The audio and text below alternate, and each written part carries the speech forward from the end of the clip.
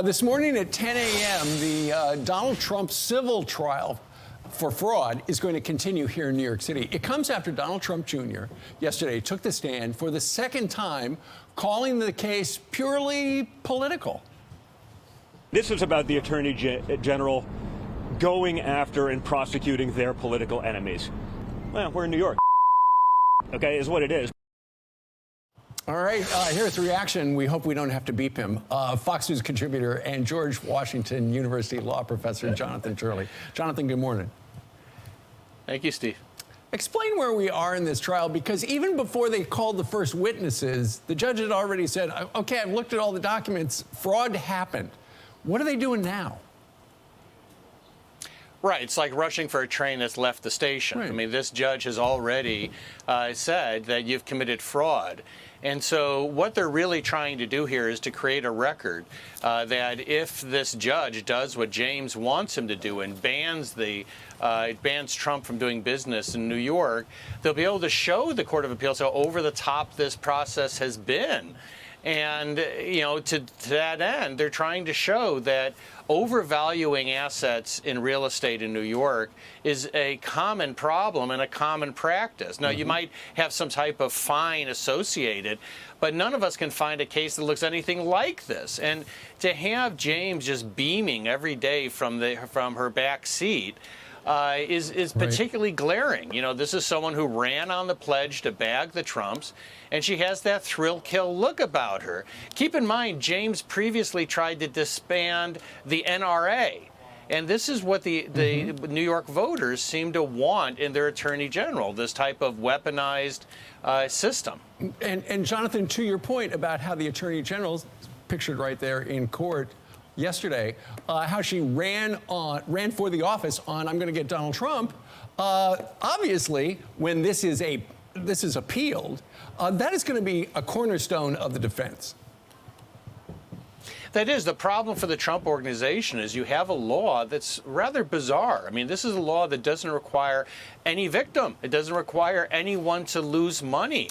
The banks didn't complain here. They made money. And yet you have an attorney general who's seeking hundreds of millions of dollars in damages when a single penny was not lost to these banks. And that's part of this law. But, you know, this is the type of legal system New Yorkers have voted for. And you can see from the reaction of James every morning from that seat that people are enjoying this, enjoying it a bit too much. Let's talk about a trial that is going on the West Coast with some video, and we're not going to show it.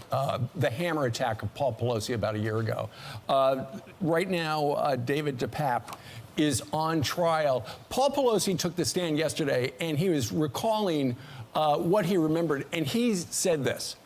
The door opened, and a very large man came in with a hammer in one hand and some ties, twist ties, in the other, and said, "Where's Nancy?"